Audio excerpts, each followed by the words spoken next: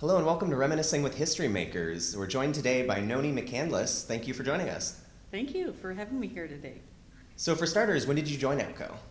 So I joined APCO in 1999 when my then supervisor took me to an APCO Western Regional Conference in Portland, Oregon. It was the first time I became a member.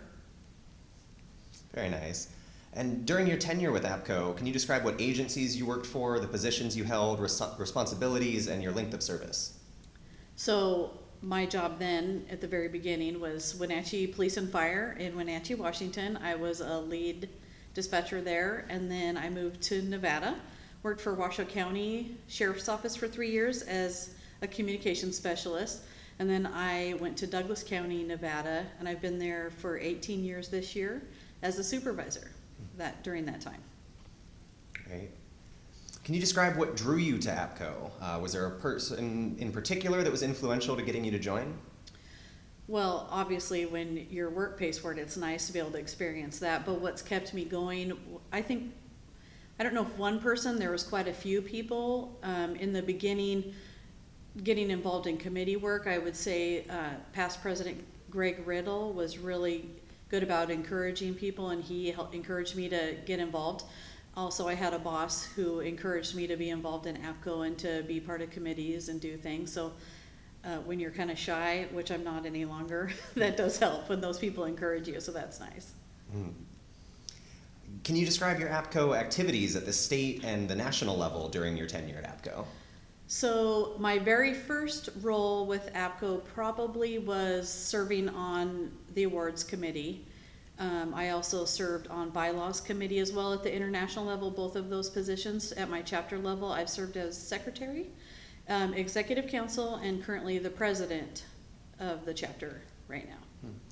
Would you say you had a favorite out of those? Probably I would say executive council. You really get to be involved with all the things that they're doing and represent your state, which is, I think, a very important role. Would you say your APCO membership has had a direct effect on your career in the public safety and communications industry? Oh, absolutely. It's helped me with what I perceive to be my weaknesses, talking to people, speaking in public, getting past that shyness. It's really helped make you more comfortable in those situations. What would you say you like most about APCO? I think that they give everyone an opportunity to be involved. From line level staff all the way through management, radio technicians, technology people, everyone can serve a role in the association and make it better for its membership. What do you think APCO does better than anyone else? I really think giving everyone the opportunity to become a part of it and to learn about it and provide the training to help you get there as well makes a huge difference. So now with the advent of NG 911, what would you say APCO needs to do to stay current with the emerging technologies? Well, I think they're definitely doing that. They're always working for legislation for next generation 911. They just released the book that gives a guidance for agencies for the technology that's coming out. And I mean, those kind of things are the most helpful for all of us who are still learning, but they stay involved in all of that legislation and the teaching and help us to get through that. And I think just continuing to stay involved and work for public safety in that manner really makes a difference. Absolutely. Well, and lastly, what stands out as a significant contribution during your time in office?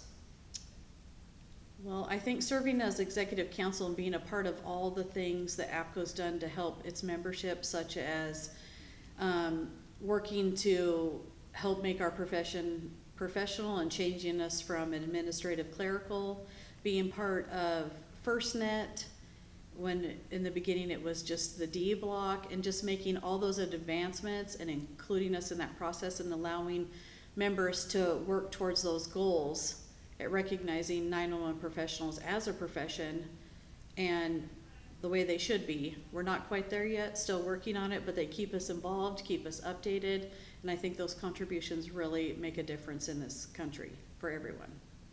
Oh, that's great. Well, once again, this has been Reminiscing with History Makers. Nonie, thank you for joining us. Thank you.